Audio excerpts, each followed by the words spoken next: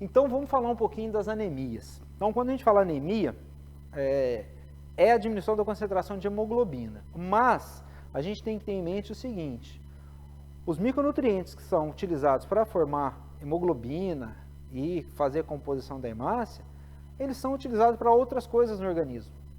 E a gente lembra só da hemoglobina, mas as outras funções elas vão estar prejudicadas.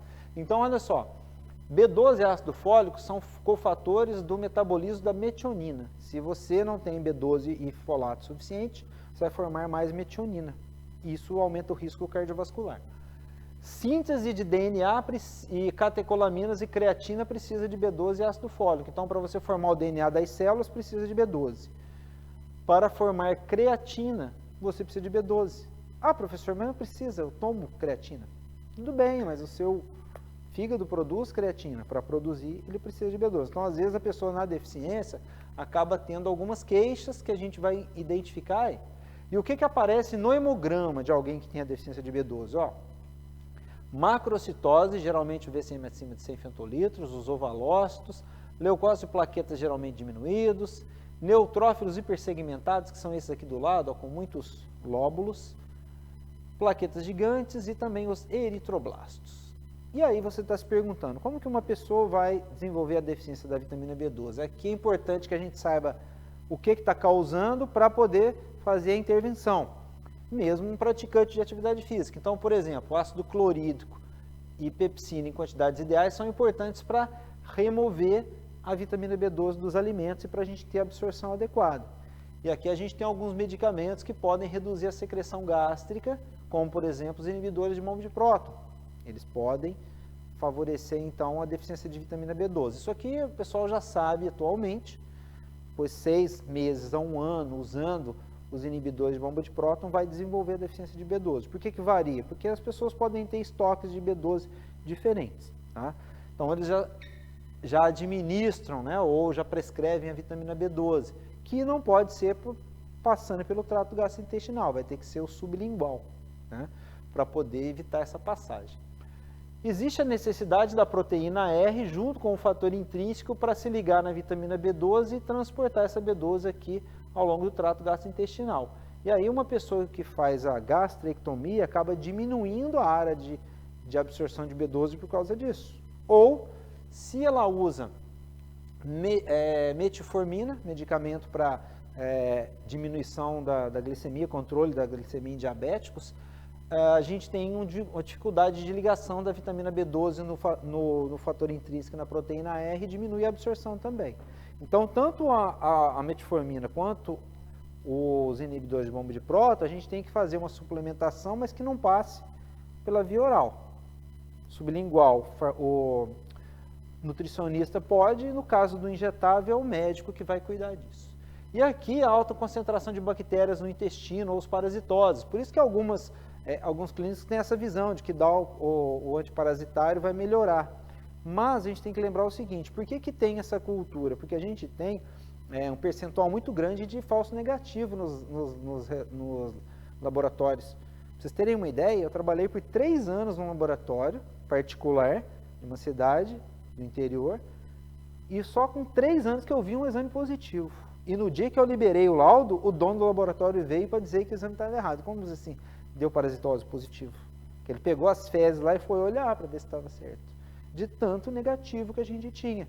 Mas isso é uma questão relacionada às técnicas, e a gente tem atualmente aparelhos agora, que em breve os laboratórios vão usar para fazer o exame de fezes automatizado. Isso vai melhorar bastante. Lá fora existem exames imunológicos que a gente faz, mas eles não têm todos os parasitas que a gente tem aqui, que tem uma diversidade bastante grande. Mas isso sim compromete a utilização e a produção da vitamina B12.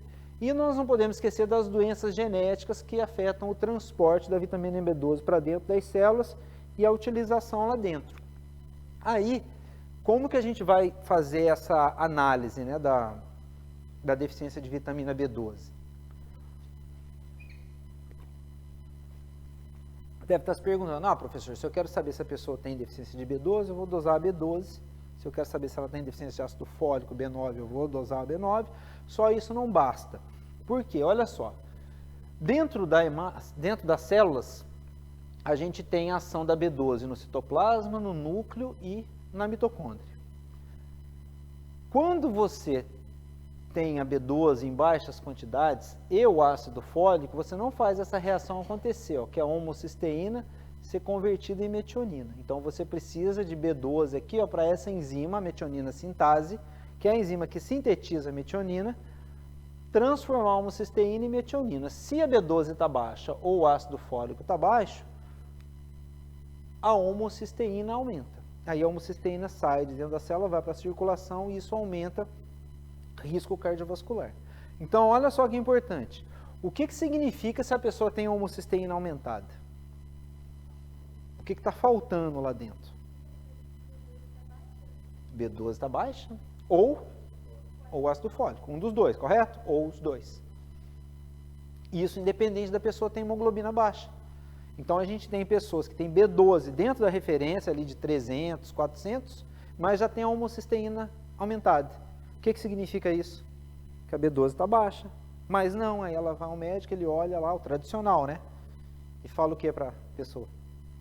Ah, tá normal o seu exame. Isso eu já vi várias vezes, inclusive na família. Mas sem olhar a homocisteína, ok? Bom, e se você quiser saber se é só a B12? Olha que interessante, tem um outro exame aqui, ó. Ácido metilmalônico, MMA. Não é o da luta que o rapaz aqui perguntou, tá? Mas o MMA, ele é isso aqui, ó. Você que lembra das suas aulas de bioquímica. Professor, eu gosto da sua aula, mas quando você fala bioquímica, eu não gosto muito, porque eu lembro lá do meu professor de bioquímica. Se tivesse sido meu aluno de bioquímica, eu não ia falar isso, mas tudo bem, vamos lá. Olha só, dentro da mitocôndria tem o ciclo de Krebs, lembra? Ciclo do ácido cítrico. Isso aí.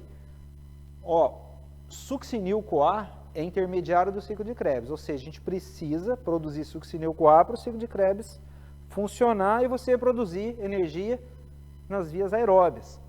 Para você produzir succinil-CoA, você precisa dessa enzima metilmalonil-CoA mutase que precisa de B12. Se você tem pouca B12, você forma menos succinil-CoA e mais ácido metilmalônico, o MMA. Aí o MMA aumenta. Então, para que serve o MMA, exame? Saber se a pessoa tem a deficiência de B12. Tá? E a consequência para a pessoa, que como isso aqui é um intermediário do ciclo de Krebs, você vai diminuir a eficiência do ciclo de Krebs, do ciclo do ácido cítrico, na produção de energia, as vias aeróbias. Então aqui, ó, o ácido metilmalônico e a homocisteína são exames que a gente usa para saber se a pessoa tem a deficiência de B12 e de ácido fólico, B9, ok? Bom, esse estudo é interessante, ó, 23% de 100 atletas recreacionais avaliados tiveram um aumento de homocisteína plasmática, mesmo tendo valores de exames dentro da referência para folato e para vitamina B12. E o que eles observaram aqui, ó, que entre 240 picomol por litro, que é a unidade que eles usaram aqui, até 160, que era o valor mínimo da referência, estava todo mundo com homocisteína aumentada. Então eles falaram aqui que essas pessoas tinham deficiência funcional da B12. Não é anemia, mas é uma deficiência que ainda aparece dentro do valor de referência. Valores de homocisteína para atletas é menor do que para os não praticantes de atividade física. Por quê? Porque a atividade física diminui a quantidade de homocisteína. Melhora, lógico, o risco cardiovascular. Então, presta atenção nisso, porque às vezes a B12 está dentro do valor da referência, mais próximo do mínimo, mas a pessoa já tem alterações no hemograma e alterações de sintomatologia. E é interessante, às vezes, que as pessoas corrigem a B12 sem saber disso. Às vezes a pessoa está com cansaço, com fadiga, já dá a B12 para a pessoa e você vê, melhora.